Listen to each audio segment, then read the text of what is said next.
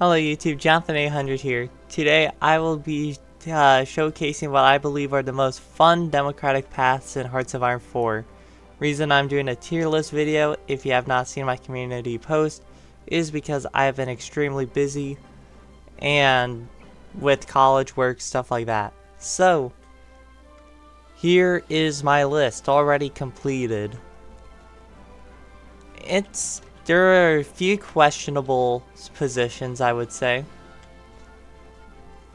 I'm gonna try to make my case.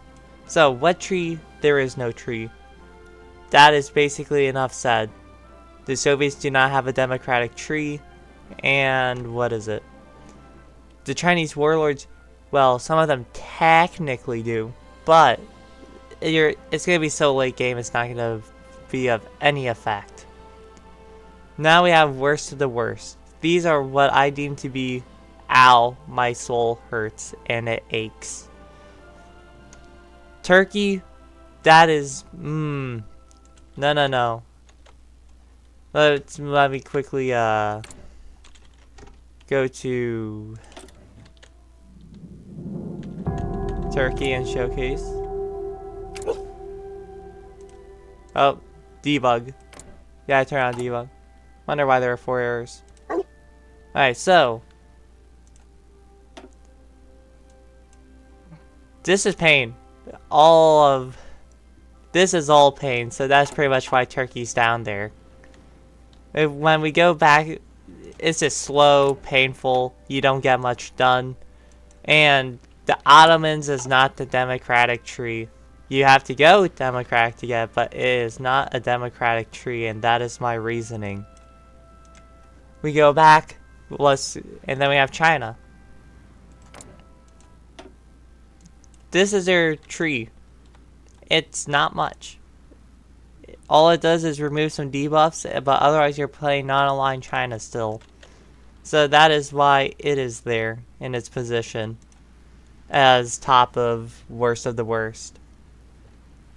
Now, I should have been going from the other direction. Hungary, pretty much everyone knows why Hungary sucks.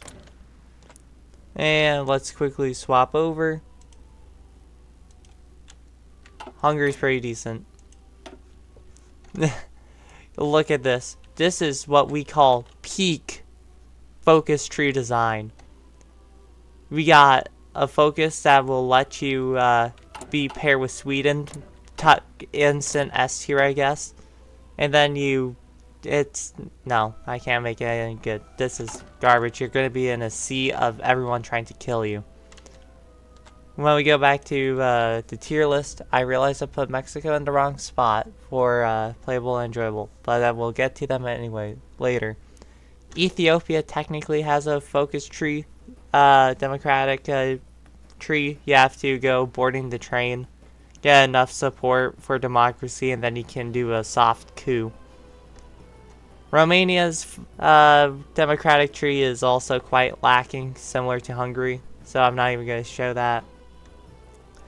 Yugoslavia, it's mostly just non-aligned, but you get Peter in charge. You can be AFK, kind of. You can join the Allies if you want. Yeah, it's not much, so that's why it's down there. Portugal is not that great either. I only played it once, and I got, what achievements? BFFs, and was the Lethal Straight. And that's the licenses one. Because hello, dog. I don't need that. I'm turning off debug now. I don't need the dog.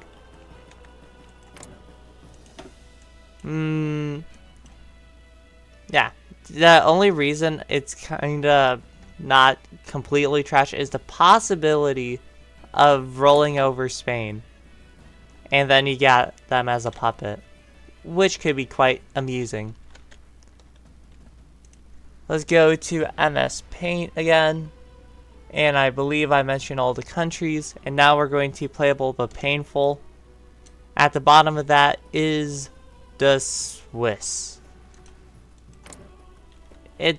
The main reason the Swiss is up here is because it's not necessarily slow, but you have to play with the balance of powers. Like, it's all right. It gets annoying sometimes. You can stay Democrat. Why is the dog always popping up? Oh. Don't know why the dog's constantly popping up. I have no idea what I did. That's Switzerland. Yeah, basically Swiss democracy. It can be quite enjoyable. This is surprisingly enjoyable, joining France, because you could automatically, instantly change troop templates, so you can get your independence pretty quickly. Also, you become yellow. Quite funny. And yeah, this is also somewhat fun.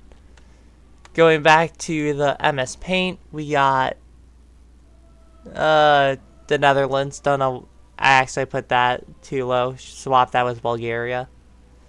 And the Dutch can be fun if you play as a little rat and hold your country with the breaching the inundation lines. Otherwise, continuing the war in Batavia, that can be quite painful. Kind of hurts. And quickly skimming over them, we go back to MS Paint, and then you got the Baltics. The Baltics all share the same democratic focus tree for the most part. And Baltic Economic Union, Pan-Baltic Bank, you got decent bonuses here. And if you go for disannexed country. Yeah, Baltic unification can be fun, but then you got these guys wanting to kill you and these guys wanting to kill you. So it might make a fun survival challenge, but I believe that's more on the lines of painful than enjoyable. And Bulgaria was on the list. Reason I put Bulgaria on the list is because it's really hard to bury the grudges of the past with Balkan by going democratic. This might be skill issue. I am unsure if it's actual skill issue or just I have no luck with this. So the reason and that's the main reason I put on playable but painful, is because I just have no luck with it. You could join the allies, but was this? Everyone wants to kill you here because these get annexed. This wants to destroy you. Greece might get unlucky and die, causing another border. So you have this extremely long border with a country that, for most of the game, it has been dying basically. So yeah, that's Bulgaria's democracy tree. And also, if you compromise with the Tsar, you gain like 0 political power, and it's ultra painful. And then you can do plot against Boris and form Regency Council, I guess. But that's not all that much. I wouldn't say that saves Bulgaria from where I put it. Now, for playable but enjoyable, let's start off with Greece. Ignoring the Byzantines, ignoring Byzantines, Bengali idea is quite fun.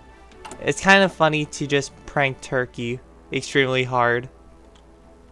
And that's about it. You can't continue the game. Becomes a fun survival challenge. But otherwise, meh. It exists. It can be fun. Then up in the focus tree we have the Czechs. Also a fun survival challenge. Pretty easy with the fortification studies and such. You know what? My next video should be me defending as the Czechs. without death or dishonor. How bad could that go? When we go back to MS Paint, we have Poland. There are 2 democratic trees in Poland. It's a nation left and electing a PSL leader. It's okay. I see some glitches there, but Baltic security is currently bugged because Czechoslovakia will throw itself under the bus for no reason. And this can let you have fun with the allies and such. Oh no, you have to be 40% here too. Oh no. So I guess just siding with France is also one, but you get Madagascar at least. But you can have a fun survival challenge, and if all else fails, you gotta prepare for the inevitable, which has to be an underrated focus. And what else do we have here? Where am I? Polish Colonial League, so buy some colonies, because why not? Let's go back to the tier list, and we have Japan. Japan's democratic tree has actually been quite funny for me. I've had such a fun time with it. One of my first games with it. Why? Okay, so I have no idea why the dogs keep running. I joined the Allies, and then when I helped roll over the Germans with bonsai charges as democratic Japan. So that was quite a fun game. You can also take ownership of like all the colonies down here, annex them, and then you make an empire anyways. Quite comedic. And when we go back to the focus MS Paint, I put the entire Commonwealth as one big blob. Okay, yes, New Zealand's kind of crap, but that's most of their trees. But as an aid to the Allies, you can have some insane fun. Right? Me trying to remember something. Alright. We're good. Oh yeah, I put the Dutch in both. Playable and enjoyable, and playable but painful for the reasons above. One of them is you play as a rat, which is fun. And then the other one is pain, but you get an achievement. Now we go to best of the best. The major countries for me. The reason I have the most fun with these is because you actually have game impact. Starting off, we have Democratic Germany. Form the EU, roll over the Soviets. How much fun can that be? Varies per person. I enjoy making NATO basically. And then the UK does whatever it wants when you go democratic, and France they go communist very, very, very slowly. Otherwise, it's the bottom. It could also be just because they're playable but enjoyable. But that's where I rate it. Next, we have the United Kingdom. Steady as she goes is actually not that bad. Home defense is not that bad either. You can intervene in countries for little reason for the most part, besides support for the wrong ideology. Will you ever use them? No, not really. You keep your stability with home defense. You lose it with global defense, but hey, you got Churchill, and then you just go on a war path. You can justify war goals too. It's kind of comedic, actually. Very funny. And you save the Czechs. Germans explode because they failed to take the Czechs like 1 out of 3 times. Quite enjoyable. UK is always a fun country to play as for me. Also, you have fun with Navy. Next country on the list, France. Democratic France. Gonna tag France, actually. No dogs barking. Okay. This is base game too, so everyone has access to both of these.